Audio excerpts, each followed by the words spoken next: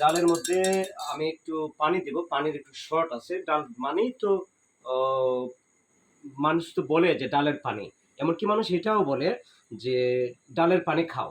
আমার এক বন্ধু ডক্টর খান ও আমাকে বলতো যে তুই ডালের পানি পানি বেশি দিয়ে রাখবে, আর ডালের অংশ পানির অংশটা তুলে নিবে গ্লাসের মধ্যে, যাতে ভাত খাওয়ার ফাঁকে ফাঁকে যে এক ডুব দুই ডুব করে যে পানি খাস, ওইটা তুই ডাল দিয়ে খাইবে, মানে ডালের পানি দিয়ে খাইবে। তাতে কি হইব, তোর পানির তৃষ্ণাও মিটলো, আবার পুষ্টিকর একটা জুস গেল।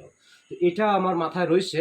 তো এক্ষেত্রে ডালের মধ্যে আমি যতই সুস্বাদু খাবার দিই না কেন, একটু পানি দেওয়ার চেষ্টা করি, যাতে আমি মানে ওয়াচারের বিকল্প হিসেবে ওই ডালটা খাইতে পারি। আচ্ছা, এখন আমি পানিটা দিব, গরম করে পানি দিব কেন? আপনারা মেয়ে মানুষরা জানেন, কিন্তু পুরুষ মানুষরা অনেকেই জানেন না, বিকজ আপনারা রান্না করতে পারেন না।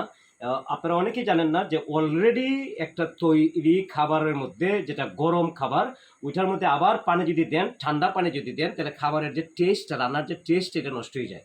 সো এটা গরম করে দেওয়াটা ভালো। তা আমি ওভেনে গরম করতেছি। যদি আপনি ওভেনে গরম না করেন, অথবা যে কোনোভাবেই গরম না করেন, তাহলে আপনি অবশ্যই খাবারের টেস্টটা পাবেন না। আর তার চেয়েও বেশি, যখন আপনি টেস্টটা খাবারটা এইভাবে দিবেন, তখন দেখতে পারবেন যে আসলে টেস্টটা কীরকম। তখন আপনি জীবনে আর ঠান্ডা পানি দিবেন না। ঠান্ডা পানি বলতে কি, নর্মাল পানি।